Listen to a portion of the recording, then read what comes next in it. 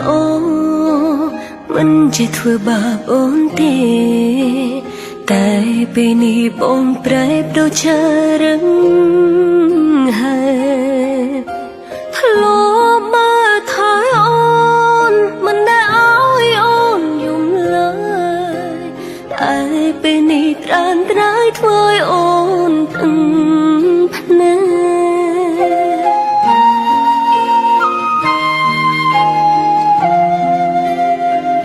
មានស្ទីលដូចបងអូនមិនចូលរកក្បែរបងទេស្រឡាញ់បងដែរក៏ប៉ុន្តែបងជាក្មេងស្ទីលមិនអាចបន្តទៀតបានទេព្រោះមានម៉ែផ្លេចសន្យាគ្រាមុនធ្វើឲ្យអូនឈឺចាប់ទីរំគ្រោមគ្រាព្រោះអូ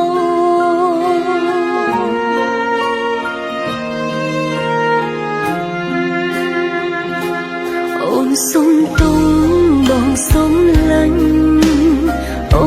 នលាបងហើយអូននឹងទៅឲ្យឆ្ងាយឆ្ងាយពី